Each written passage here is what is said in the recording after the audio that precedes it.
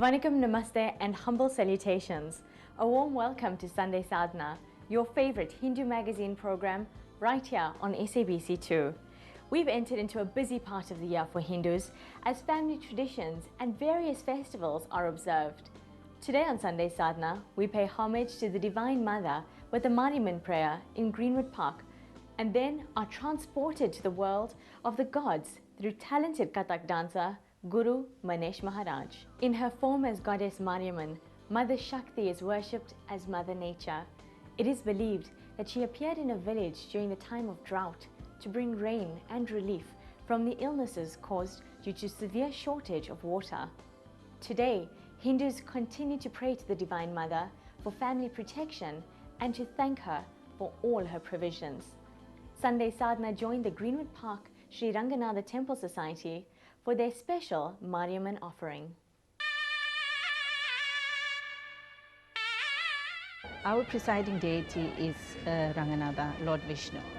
But the main events of our temple society is Mother Mariamman prayer, which has grown from strength to strength in the temple. The entire community gets involved as one family to celebrate this auspicious festival. Mother Mariamman is closely related to Parvati or Durga, who are consorts of Lord Shiva.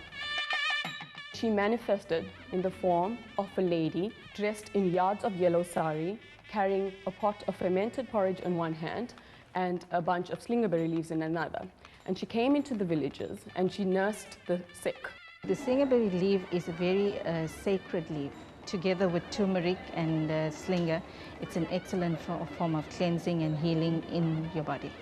The devotees were mystified and they wanted to know who this mysterious lady was. She identified herself as Mariamman, and she told them that every year during the time that she appeared, that they should gather in large numbers, praise her and distribute freely blessed porridge, and that tradition has carried on. The mother's power and her Shakti has touched a lot of people, and that is why they have the faith and devotion to come and worship her in their numbers at our temple.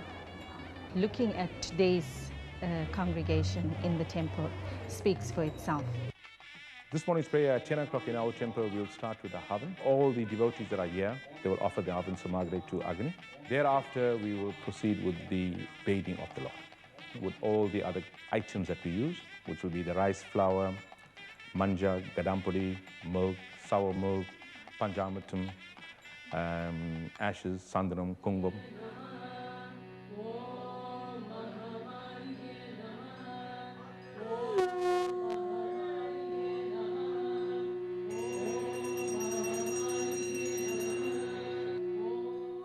Just before we could dress the murtis, we have in front of us a kalasam that has been set, all different other condiments in it. That is the Shiva aspect. While the kalasam goes around the temple, we have the youth bhajan group that will accompany that and go around.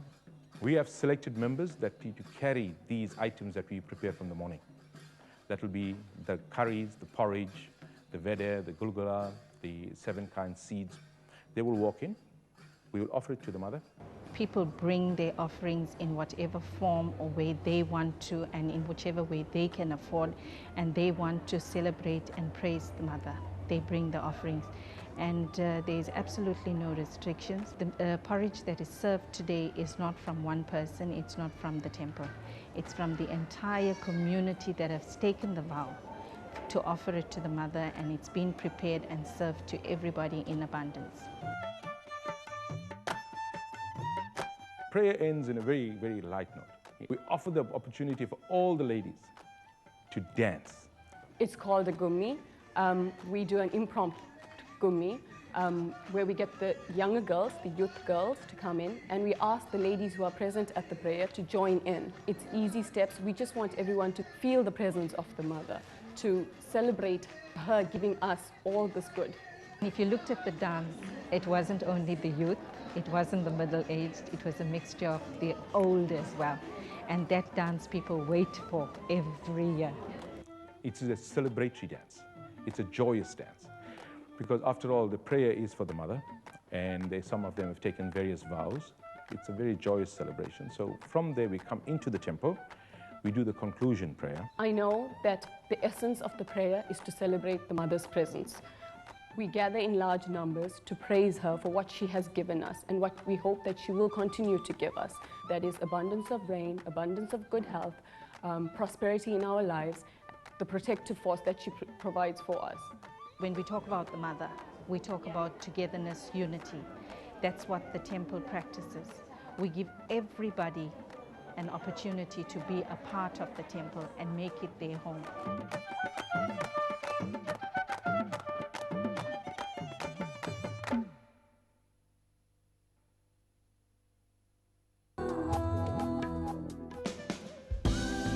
Welcome back. The arts play a significant role in preserving our rich heritage, and in a stunning performance today, Guru Manesh Maharaj from the Kala Darshana Institute of Classical Music and Dance brings to light the oneness that is actually two supreme Hindu deities, Lord Vishnu, known as Hari, and Lord Shiva, Hara. Katha means story in Sanskrit, and through Kathak, he demonstrates the similar values and attributes that they stand for in a spectacular production called Hari Hara.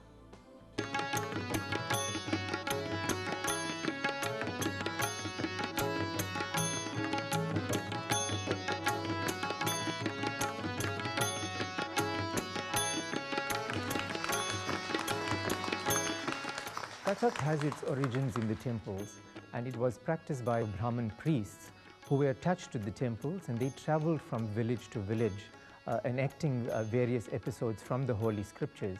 And the whole purpose for this was to enlighten society. Namaskar. With the divine blessings of my Guru, Shree Madhurita Sarang, I present Hari Hara.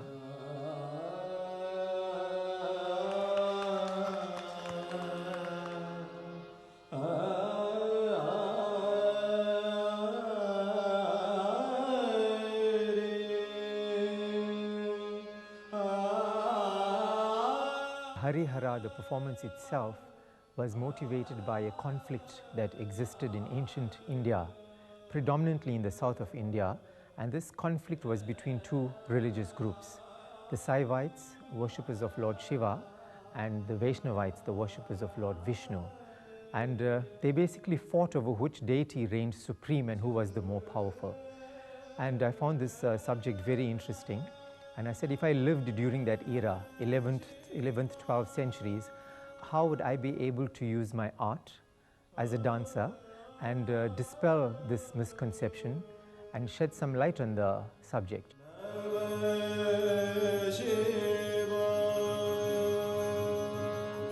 Kathak is definitely a medium for the dancer to connect with his audience. And through the dance, what I've done is I've chosen two of the most elaborate Kathak pieces to present this evening. The first is Shiv Varnan, which pays homage to the cosmic dancer Lord Shiva, or Nataraja as we know him. And the second is Das Avatar, which is the 10 incarnations of Mahavishnu.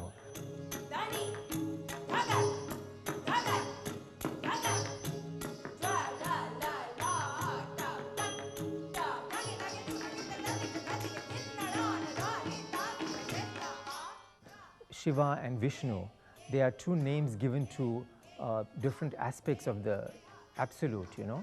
And there's a very nice Sanskrit shloka that Swami Shivananda has written, Sivasya Hridayam Vishnur, Vishnoscha Hridayam Shiva. This means that Lord Shiva is the heart of Vishnu, and likewise Lord Vishnu is the heart of Shiva.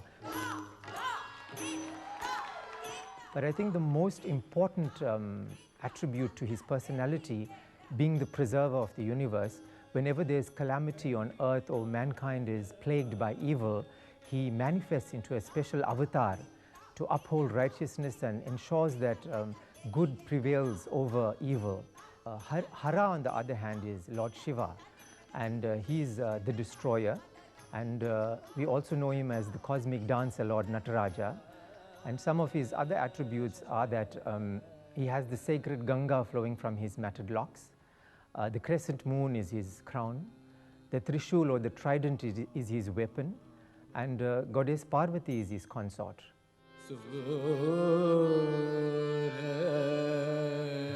It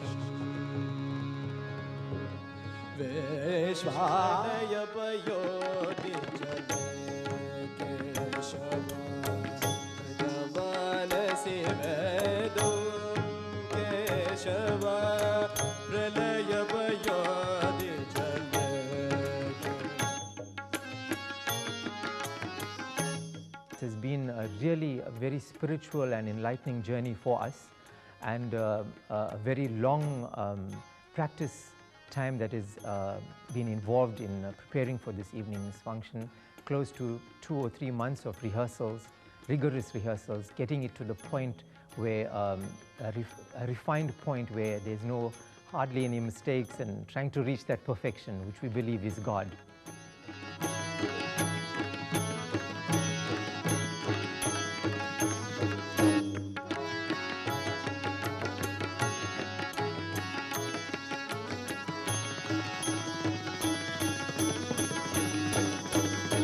What a blissful experience for the eyes and the soul when we attune ourselves to the all-pervading divinity within and around us. We experience Ananda.